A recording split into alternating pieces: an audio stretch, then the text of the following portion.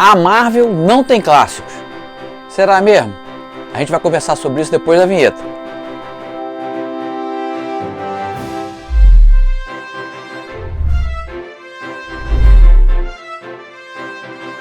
Fala galera, bem-vindo ao canal Gico HQ, o canal mais nostálgico do YouTube quando se trata de assuntos nerds. E o assunto de hoje é essa frase aí: a Marvel não tem clássico. Isso surgiu lá no podcast do MDM. Como tudo que o MDM faz, tem muito humor, mas também muita informação. E no programa deles surgiu eles falaram, aliás, que a Marvel não tinha clássico, mas a partir do momento em que a Marvel tinha adquirido os direitos de publicar o Miracle Man, ou Marvel Man, como é originalmente chamado, a Marvel então tinha comprado o seu primeiro clássico. E essa brincadeira acabou gerando um programa inteiro, um podcast inteiro, onde eles estavam lá debatendo se a Marvel tinha ou não clássicos, principalmente comparado a DC Comics, né? Então o primeiro ponto que eu quero colocar aqui nesse programa vai ser o seguinte: a gente não pode confundir alhos com bugalhos, certo? Então o que é um clássico dos quadrinhos? É um clássico dentro da área dos quadrinhos. Não dá para dizer que um clássico Cavaleiro das Trevas pode se comparar a um clássico como, sei lá, Moby Dick, tá? São coisas diferentes. Então a gente vai tá trabalhando o termo clássico dentro da área de quadrinhos. E eu vou procurar não comparar com a DC Comics. A DC Comics tem os clássicos dela, a Marvel tem os seus clássicos. E eu acho uma grande besteira esse negócio, essa rivalidade de Marvel contra a DC. Eu sou fã das duas, claro, eu tenho um pouco mais afinidade com a Marvel porque foi o que eu cresci lendo mais. Tinha mais contato com os quadrinhos, com as animações, então eu acabei tendo mais afinidade com isso, mas nem de longe eu sou um ou outro, eu sou os dois, desde que as histórias sejam boas. Então, para debater esse tema aqui da Marvel tem ou não clássicos, de acordo lá com o MDM, eu preparei uma listinha. Essa listinha não está em ordem de importância, nem de, sabe, eu só fui lembrando e anotando, e depois fiz uma pequena menção honrosa. Então eu coloquei que são 10 clássicos, que eu considero clássico da Marvel, e mais 5 menções honrosas, para o programa não ficar muito longo. E outra coisa que eu queria falar, eu não vou contar as histórias aqui, eu vou dizer por que essas histórias para mim são clássicas. Isso é a minha opinião. E se você diverge dessa opinião, por favor, a área de comentários é toda de vocês, vamos conversar sobre isso aqui. É um assunto que é polêmico, né? Polêmico dentro dos quadrinhos, lógico. Então vamos lá, o primeiro aqui que eu separei na minha listinha é A Morte da Gwen. Inclusive eu já falei desse quadrinho aqui quando eu estava falando dos top 10 quadrinhos do Stan Lee. Na época que o Stan Lee tinha falecido, eu fiz uma lista de quadrinhos que ele tinha escrito que eram importantes. Se você quiser dar uma conferida nesse vídeo, está aqui. A Morte da Gwen, para mim, é um clássico dos quadrinhos porque ela quebra um paradigma onde um personagem importante, então, né, que a Gwen era a namorada do Homem-Aranha, acaba morrendo em consequência de uma luta dele com o Duende Verde, mas a morte é ocasionada mesmo na hora que o Homem-Aranha vai salvar a Gwen. Então já tem uma quebra de paradigma aí do herói salvando e morrendo. A personagem era muito querida pelos leitores e ela morre e ela não volta, como é costume dos quadrinhos, o personagem voltar. Teve uma pataquada um tempo atrás aí que ela voltaria, não voltaria, na época que o Straczynski estava escrevendo o personagem, mas acabou se revelando que era só um clone e ficou por isso mesmo. Então a Gwen ainda está lá mortinha, não voltou mais. É uma história que me emocionou muito quando eu li, eu era muito pequeno na época, era guri. E ela reverberou para outras mídias, tipo o cinema, né? Isso aí foi. Os leitores até hoje comentam isso. Então, para mim, é um clássico, beleza? A segunda que eu vou separar aqui foi a Saga da Fênix Negra. Essa aí reverbera até hoje, já teve 2 adaptações para o cinema, né, no filme dos X-Men. Nenhuma das duas chegou nem perto da grandiosidade que foi a saga nos quadrinhos, desenhadas pelo John Byrne e com o texto do Chris Claremont. Isso na época me pegou com um soco no estômago. Saiu na Super Aventuras Marvel, em capítulos, né? Cada mês saiu um pedacinho. A gente ficava roendo as unhas para saber o que ia acontecer. As pistas foram sendo colocadas ao passar do tempo ali, que a Jean Grey estava sendo modificada por alguma coisa, a gente não sabia bem o que, ela foi se tornando cada vez mais raivosa, maligna, até culminar com essa saga da Fênix Negra, que para mim é um clássico justamente por isso, reverbera até hoje, foi adaptada para outras formas de mídia, os fãs comentam, se não me engano saiu até no desenho dos X-Men, não tenho certeza, mas aquele desenho da década de 90, E até hoje isso os fãs comentam como uma grande saga dos quadrinhos da Marvel. Então ela perdurou, ela atravessou o tempo. E por isso merece estar aqui nessa lista dos clássicos da Marvel. Essa história que eu vou falar agora é uma história pequenininha, são poucas páginas, não chega nem a ser uma revista inteira. Eu não lembro onde ela foi publicada originalmente, mas saiu aqui no Brasil na revista do Homem-Aranha da Editora Abril e depois foi republicado em outros compilados e tudo mais, que é O Menino que Colecionava o Homem-Aranha. Essa história também reverbera até hoje, por isso considero também clássica. Ela trata do Homem-Aranha chegando num quarto, rapidamente, onde ele começa a conversar com um menininho na cama e ele tira a máscara e revela que é o Peter Parker. Aquilo ali, na hora a gente ficou, pô, quem é esse garoto pro Peter tá revelando a identidade? Na época ninguém sabia que ele era o Homem-Aranha, ou pouquíssimas pessoas sabiam, né? Então aquilo ali, pô, caramba. E aí ele vai, abraça o garoto, diz que gosta muito do garoto, que o garoto é um campeão e tal, e sai pela janela. E quando ele sai, a gente vê que é um hospital, cara, de tratamento de câncer, dando a entender que aquela criança não ia sobreviver muito tempo. E por isso o Peter, parece que o garoto era fã dele, alguma coisa assim, e o Peter resolve ir lá e atender esse último desejo. A história é muito tocante. Que ideia foi essa aí do cara que escreveu? E pô, até hoje é considerada uma das melhores histórias do Homem-Aranha, apesar de ser uma história muito curtinha e não ter ação, não ter combate, não ter vilão, não ter nada disso. É muito legal a história. Se você ainda não leu, procure aí nas internets da vida ou nos compilados que saem. Se não me engano, saiu recentemente naquele Antologia do Homem-Aranha. Não posso estar enganado porque eu não tenho esse livro, mas cara, vale super a pena. Uma história muito tocante. Falando em morte, né? Geralmente histórias envolvendo morte são histórias que acabam mexendo com a gente de alguma maneira. Então eu coloquei, apesar de eu não achar uma grande história, eu acho uma história ok, não acho ela como história, tá? Como leitura. Mas o tema é muito importante, que é a morte do Capitão Marvel. Então aqui a gente tem pela segunda vez a morte de um personagem que era muito querido, e aqui já um pouquinho depois da morte da Gwen Stacy, né, a namorada do Homem-Aranha, onde o personagem morre e não volta mais. E para piorar, a morte dele foi através de uma doença, ele pegou câncer.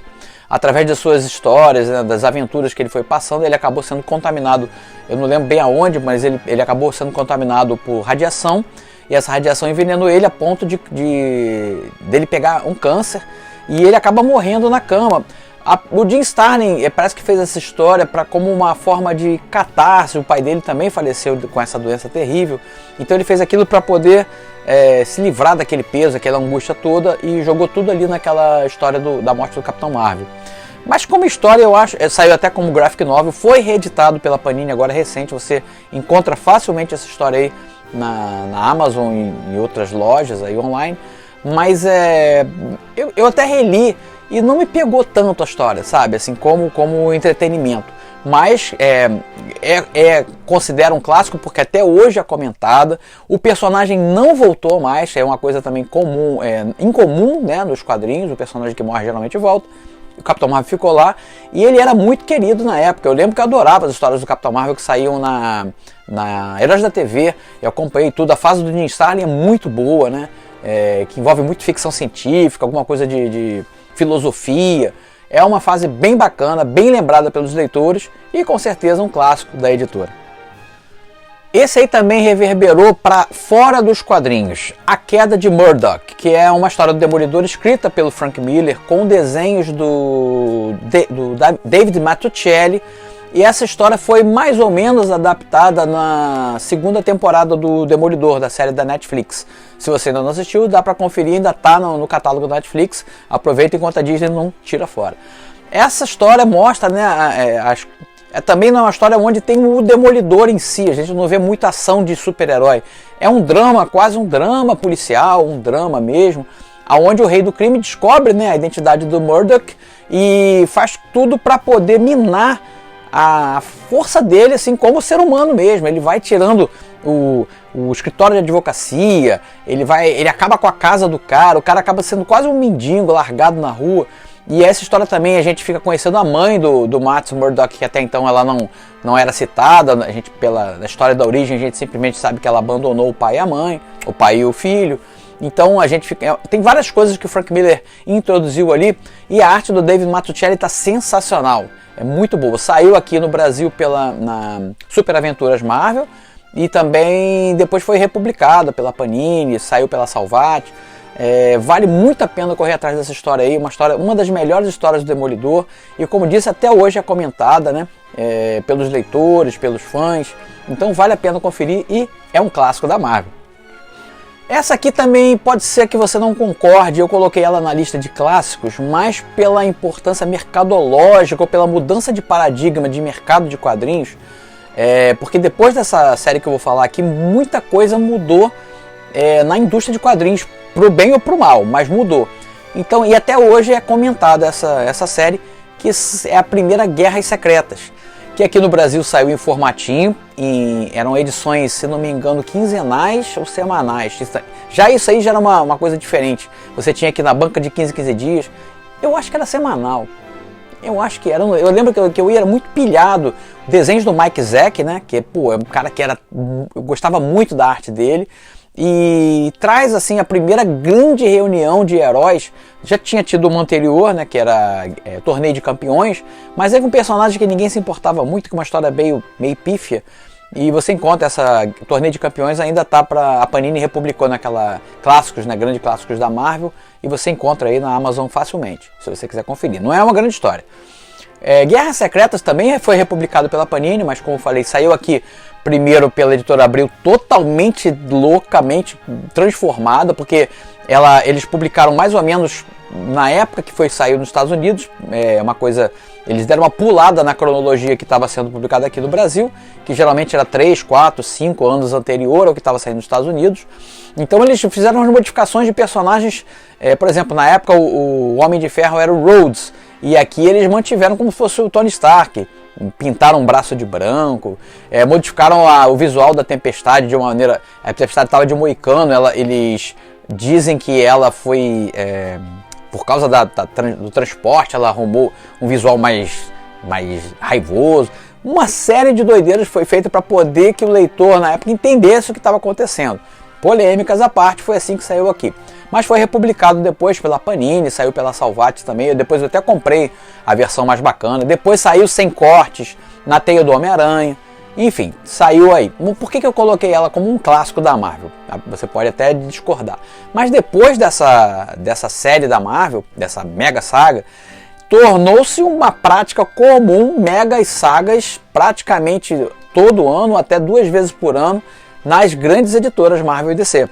Logo depois da publicação da Guerras Secretas veio a Crise nas Infinitas Terras, que é infinitamente superior, né, do que Guerra Secreta. Guerra Secreta é um fio de arrumento, é mais para ver os personagens se degladiando e vender bonequinho, que a história surgiu como um apoio de marketing para os bonecos sendo vendidos pela Mattel na época nos Estados Unidos. Inclusive saíram aqui no Brasil também os bonequinhos feinhos, mas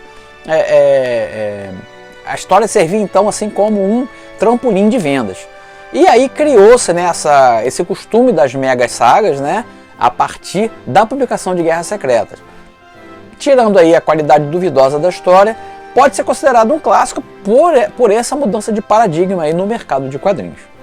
Concordo ou não? Na área dos comentários. Essa é um clássico curtinho, mas na minha cabeça durou assim meses, mas na verdade foram só 3 edições, que é A Chegada de Galactus por Jack Kirby e Stan Lee.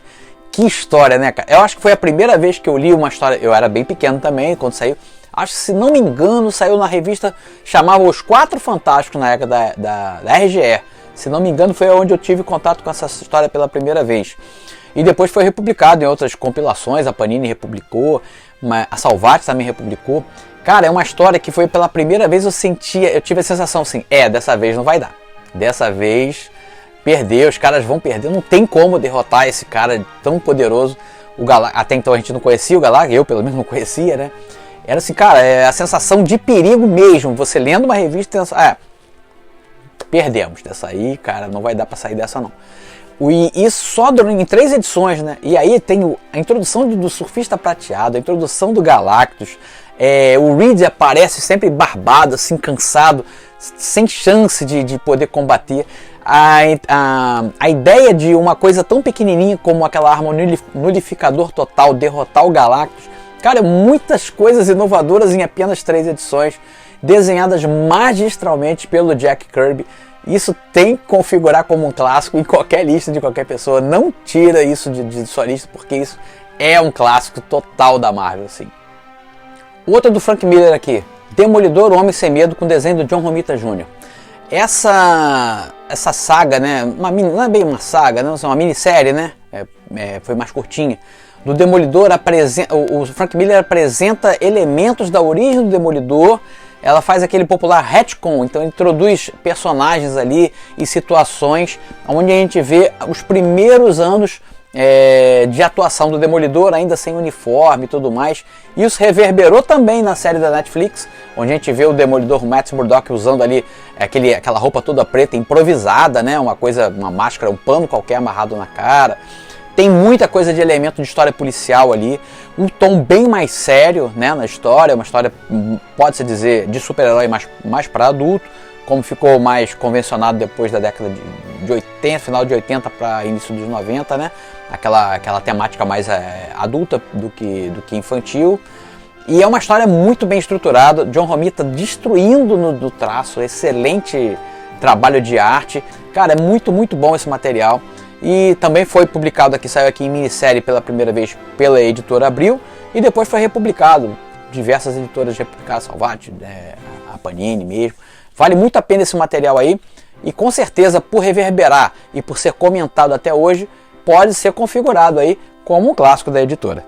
Essa que eu vou falar agora também é um arco dentro de uma revista de linha, que é O Demônio na Garrafa. É a história onde a gente vê a luta do Tony Stark contra o alcoolismo, né? E como isso afetava a vida dele como um super-herói, né? Na época ele estava na sua armadura lá clássica, a que eu acho mais bonita, do Homem de Ferro, aquela classicona, né? E aí tem uma série de implicações do alcoolismo, né? E é quase como cara, se já é perigoso você dirigir embriagado, imagina você pilotar uma arma mega poderosa como a armadura do Homem de Ferro embriagado. Então tem as implicações disso aí. Legal ter sido falado de alcoolismo, né? Que é um tema importante nos quadrinhos, de uma maneira séria, bem feita. É uma história muito bem desenhada, muito bem escrita. Durou, não é muito longa, se não me engano, são 6 edições, né? Foi compilada depois aí, a Panini acho que publicou, republicou. Não tenho certeza se a Salvat, nessas grandes clássicos aí, da coleção de clássicos deles lá, se saiu. Mas vale bastante a pena você dar uma olhada nessa aí. E também respingou aí fora dos quadrinhos, né? No segundo filme do Homem de Ferro a gente vê o Tony Stark aí meio embriagado, bebendo e fazendo confusão ali, né? 1000 enrascadas com a armadura do Homem de Ferro já aí sob efeito de um pireque, né? Vale muito a pena ver essa história e é um clássico da Marvel também, na minha opinião. Ó, deixei por último a cereja do bolo, porque realmente essa história mexe muito, eu gosto muito dessa história. Foi a primeira vez que a gente viu nos quadrinhos retratados de maneira bem realista os personagens que até então a gente só via de uma maneira bem estilizada. Que eu estou falando da série da Marvels, do Kurt Busiek e do Alex Ross. Eu pirei quando eu vi aquilo ali. Eu não comprei depois as edições que saíram em capa dura, eu tenho ainda aquela edição com capa de acetato que saiu pela editora Abril, lindona, né? Tenho lá as minisséries com as 4 edições. Cara, eu ficava assim, a arte é tão deslumbrante, o texto também é muito bom, né?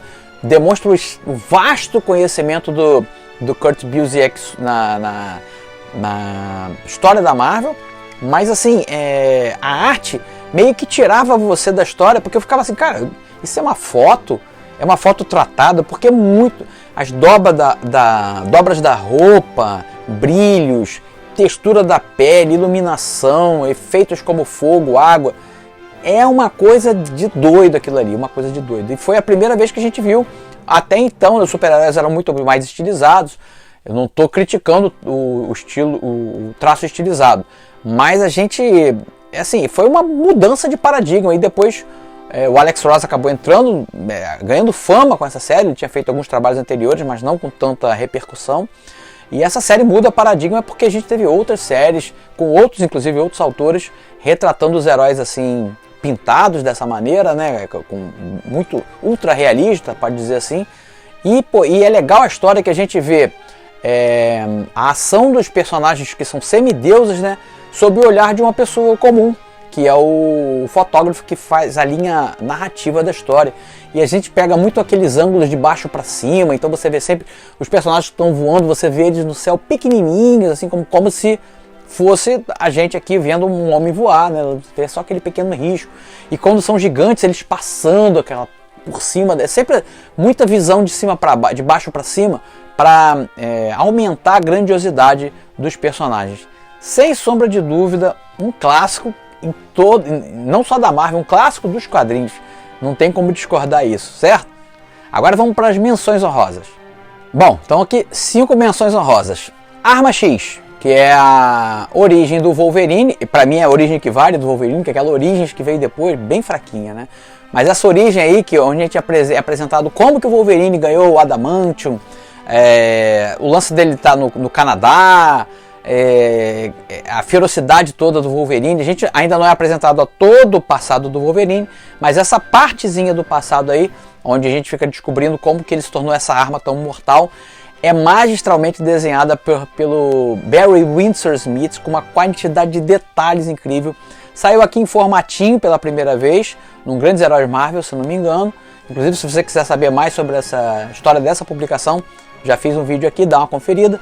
Mas, cara, me pegou bastante essa história pela quantidade de detalhes. Ele desenhava cada gotinha de sangue, cada fio de cabelo, cada cabinho que saía do equipamento. Incrível, incrível. E o texto também é muito bom. Ele foi programado para ser uma história mais curtinha, acabou se alongando e virou aí um grande clássico também, né, da Marvel. É menção honrosa, mas também eu considero uma história muito boa, tá? Só que ela também reverberou, né, para fora dos quadrinhos. Teve uma cena no filme dos X-Men, onde a gente vê o Wolverine sendo injetado aquele metal lá, o Adamantium. Bem legal a série. Foi republicado também. Saiu pela Panini, eu acho que dá para encontrar ainda, se não estou me enganado. A Última Caçada de Kraven, outra história do Homem-Aranha aí, que também é muito comentada até hoje, que na verdade era uma história que foi escrita para um outro personagem e seria apresentada para DC Comics, mas não foi aprovado. E aí a Marvel publica aí, repaginado, lógico, com o Homem-Aranha e o Kraven. É uma história muito legal. Não sei se isso chegou a ter uma implicação fora dos quadrinhos, mas é muito lembrada pelos leitores ainda. Foi republicado pela Panini, você encontra ainda isso aí, dá para encontrar em capa dura, baratinho. A minha ainda é a minissérie da Editora Abril, bem legal. E eu reli, é uma história boa, né? É uma história, quase uma história de terror, na verdade, envolvendo o Homem-Aranha e o Kraven, mas é muito lembrada, é muito comentada ainda pelos leitores, então vale a pena aí a menção honrosa. X-Men, novamente, Dias de um Futuro Esquecido, que também acabou virando filme, né, a segunda fase aí dos X-Men, onde aparece eles já mais jovens, e fez uma ponte aí com os X-Men mais antigos. É uma história que até hoje é comentada também pelos leitores, tem o traço do John Byrne, né, e o argumento do Chris Claremont. É uma história curtinha, apesar de ser lembrada e como se fosse uma grande saga, saiu só em 2 edições da revista de linha mesmo. Então, incrível, né? Porque geralmente as histórias de revista de linha são facilmente esquecíveis. Você lê e acabou. Assim, pelo menos na época dos anos 70 era assim, você lia, próximo. Mas isso aí reverberou, durou e pela qualidade da história, né? Do desenho e tudo mais. E, como eu falei, acabou respingando aí no cinema, sendo adaptado aí mais ou menos, né? Não é ao pé da letra, no filme dos X-Men. E até hoje, leitores lembram com muito carinho dessa saga aí. Uma saga moderna que acabou também gerando filhotes aí no cinema e até hoje mais ou menos respinga aí nas histórias sendo publicadas hoje da Marvel, que é a Guerra Civil, onde a gente viu as facções dos heróis se dividindo, uma o registro de super-heróis, onde você deveria, os heróis que querem trabalhar como super-herói, vamos dizer assim, trabalhar, né? Teriam que revelar sua identidade, não poderiam mais ter, pelo menos para o governo. e outros dizendo que não, que isso é um absurdo, que os caras revelando identidade eles estariam dando oportunidade de outras pessoas se vingarem deles, o governo poderia de alguma forma essa informação vazar para os vilões, e aí forma aquelas duas facções do Capitão América contra o Homem de Ferro. Isso virou filme, né, também mais ou menos, adaptado aí na Capitão América Guerra Civil, no cinema, e a gente tem até hoje implicações disso aí. Teve coisas muito importantes na época, como tipo o Homem-Aranha revelar a identidade dele, que eu também fiquei, caramba, como é que eles vão fazer? Eles deram um jeito meio mequetrefe aí disso voltar atrás. É sempre assim, né? Um autor vem com uma grande ideia, joga a bomba e sai correndo. Agora vocês que se virem para resolver. Mas o editor aprovou, né? A editora aprovou, tá lá, tá publicado. E é um clássico moderno, né? Então merece a menção honrosa aqui no programa. E para fechar então o programa, eu coloquei aqui na minha listinha O Soldado Invernal, que é a volta do Buck. Quem diria que o Buck ia voltar? Eu não tinha nem a menor... O Buck era um desses personagens que morreu, acabou, né? Tipo o tio Ben, a Gwen. E aí a gente tem essa história muito bem escrita que convence essa volta do Buck, né? Para mim, pelo menos, foi convincente. Reverberou aí no cinema. Inclusive agora o Soldado Invernal, o Buck, né? Não sei se vai se chamar mais Soldado Invernal, vai ganhar série da Disney. Olha que coisa, cara, como que é importante isso. E é uma história muito bem escrita pelo Ed Brubaker. Ela é muito realista, não pé na espionagem, histórias de policiais. É uma fase muito bacana do Capitão América, né, que é um personagem que eu gosto bastante. E tem essa volta do Buck aí como um antagonista. Quem podia imaginar isso, né, cara? E eu acho que é um clássico moderno da Marvel. O que vocês acham aí? Bom, então eu vou terminando por aqui com esse programinha aí. Acho que eu provei, né, que a Marvel tem clássico sim. Que bobeira é essa que a Marvel não tem clássico? Claro que a DC Comics também tem. Eu acho que o que o MDM que falou lá, queria colocar no programa deles, né, o Hell enfatizou isso diversas vezes, é que os clássicos da DC Comics podem ser assim, tem mais relevância na cultura em geral, assim, pelo menos na cultura entre os civis, que a gente chama os não iniciados nos quadrinhos.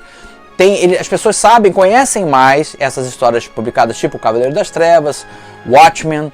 Eu acho que eles citam também o Monstro do Pântano do Alan Moore. Eles acabam dizendo que as pessoas fora desse meio de quadrinhos acabam conhecendo mais, então por isso seriam clássicos mais relevantes. Mas eu acho, eu concordo até com eles, realmente as pessoas conhecem mais essas histórias citadas, mas eu acho bobeira esse negócio de um tem mais, o outro tem menos. O importante são histórias boas, e se as histórias são boas, são lembradas, são guardadas com carinho, são republicadas, apresentadas a novos leitores, podem ser consideradas sim clássicos dentro dessa nossa área dos quadrinhos aí. Assim como tem outros clássicos de outros gêneros dos quadrinhos, que a gente fosse falar tudo aqui, o programa ia durar 4 horas de duração e vocês iam ficar de saco cheio da minha cara. Mas tem sim, claro, os quadrinhos têm clássicos. E é importante que a gente apresente vez por outra aí um clássico desse aí para um não leitor. Quem sabe ele não se torna um leitor. Já falei que a leitura está cada vez mais diminuindo e é importante que a gente crie novos leitores. O hábito da leitura torne-se novamente uma coisa do dia a dia das pessoas. Bom, vou ficando por aqui. Agradeço muito a presença de vocês, a paciência de me aturar esse tempo todo aqui com esse vídeo.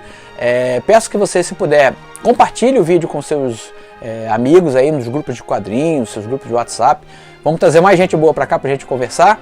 Lembrando que aqui é um canal que fala de quadrinhos nostálgicos. Eu não comento o lançamento, deixo isso para meus colegas aí. Tem um monte de canal fazendo isso. A gente faz uma volta no passado e relembra as coisas boas que já foram publicadas aqui em todos os gêneros, não só super-herói, tá? Além disso, a gente dá dicas de desenho.